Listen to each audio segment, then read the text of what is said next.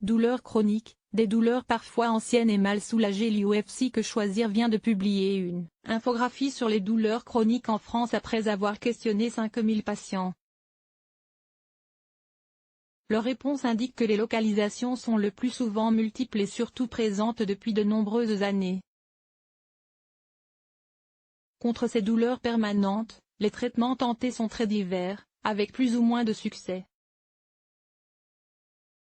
Selon la Haute Autorité de Santé, HAS, la douleur est définie comme une expérience sensorielle et émotionnelle désagréable,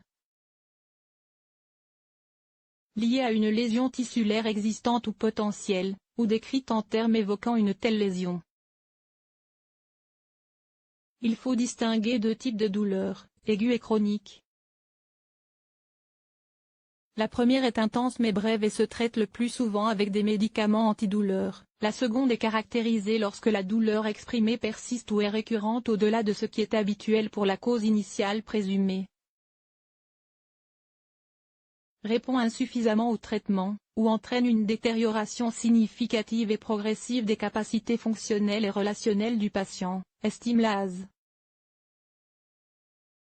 La douleur passe d'un stade à l'autre lorsque la sensation douloureuse excède 3 mois et devient récurrente, précise l'INSERM qui donne en exemple, des douleurs de type inflammatoire, comme des douleurs articulaires, ou des douleurs neuropathiques, lésions de la moelle épinière, du nerf sciatique.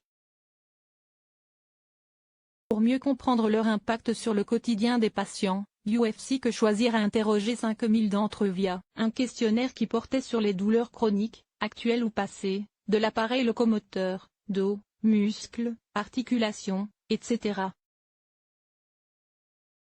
Les résultats indiquent que si ces derniers souffrent en majorité du dos, 8 répondants sur 10 souffrent à 2 endroits ou plus du corps. Un handicap dans la vie de tous les jours: bas du dos, épaules, cou et cervical, genoux. Certaines pathologies, comme les rhumatismes inflammatoires, peuvent toucher plusieurs parties du corps.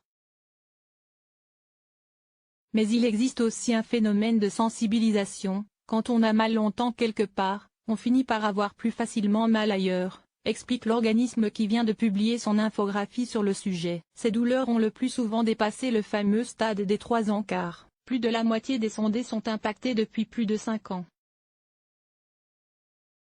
Pour 40% d'entre eux, les douleurs sont considérées comme permanentes ou intenses, mais seulement 3% des sondés disent souffrir de façon extrêmement intense. Il n'empêche que l'impact sur la qualité de vie est jugé important par 82% des personnes ayant répondu. À notre question sur les adjectifs caractérisant le mieux leur douleur, 49% des répondants ont choisi le terme handicapante, 22% épuisante et 9% déprimante. Cela illustre les deux dimensions des douleurs chroniques, à la fois physiques et psychiques, précisent les experts. Parmi les principales répercussions sur le quotidien sont citées les activités physiques, 64%, le moral, 57%, et la mobilité, 52%.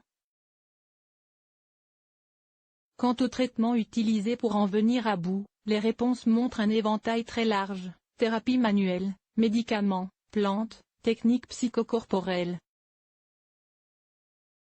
Les médicaments ne sont pas satisfaisants. Une diversité de soins plébiscités par l'UFC Que Choisir. Car pour l'organisme ce n'est pas forcément une mauvaise chose. Les recommandations de prise en charge des douleurs recommandent de combiner plusieurs approches. À l'exception de la chirurgie dans certains cas, le recours à un seul type de soin est rarement efficace et durable.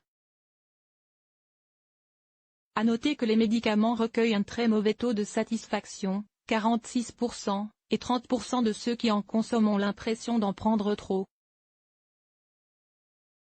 Mais ils ne sont pas inutiles pour autant si ces derniers ont une place dans une prise en charge qui combine justement plusieurs types de soins, ajoutent les experts.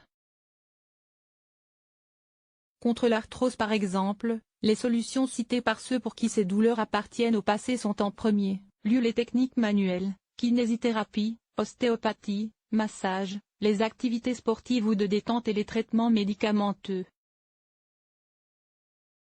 L'organisme met néanmoins en garde contre les traitements miracles, soit les compléments alimentaires ou thérapeutes autoproclamés, qui promettent une guérison rapide, totale et définitive. Autre conséquence non négligeable, le surcoût de la prise en charge. En plus des thérapies remboursées, 2/3 des patients indiquent payer de leur poche des soins supplémentaires, le plus souvent entre 21 et 50 € par mois.